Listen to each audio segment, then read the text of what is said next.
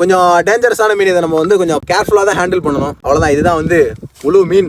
தோ கையில வச்சிருக்கனே, இவன் என்னையே ரூட் எடுக்க பார்த்தான். என்ன பண்ணான்னு கடைசியா சொல்றேன். நீங்கள் பார்த்து கொண்டிருப்பது கிரசன்ட் கிரண்டர். தமிழ்ல இவன் பேரு கீச்சான்னு சொல்லுவாங்க. என்னது கீச்சானா?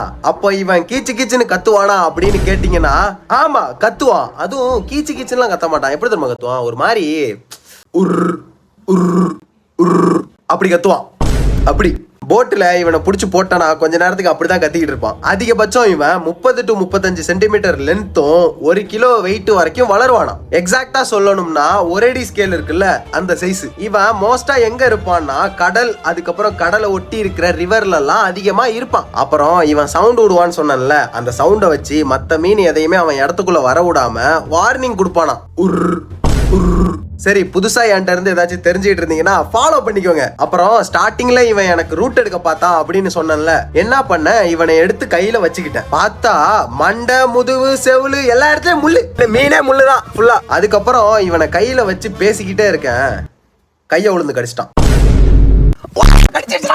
சரி, ஃப்ரெண்டு கைய மீன் கடிச்சிருச்சு, இவனுங்க என்னன்னு பாப்போன்னு பார்க்காம என்ன தெரியுமா சொன்னானுங்க?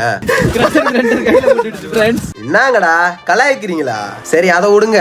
மீனோட உடல் உறுப்புகளை எல்லாத்தையும் நம்ம இங்கிலீஷ்ல எக்ஸ்பிளைன் பண்ணலாம் அப்படின்னு சொல்லிட்டு பண்றேன். அப்போ ஒருத்தன் ஒன்னு சொன்னான், எல்லா இடத்துலயும் இருக்கும். அது ஒண்ணு இல்ல, அப்படியே நான் இங்கிலீஷ் பேசி அமெரிக்கா லண்டன் போயிருவேன்ல, அதனால அவனுங்களுக்கு பொறாம. இவனுங்க மத்தியில வீடியோ எடுக்கிறதுக்கு நான் படுற பாடி இருக்கேன். எனக்கு தானே தெரியும்.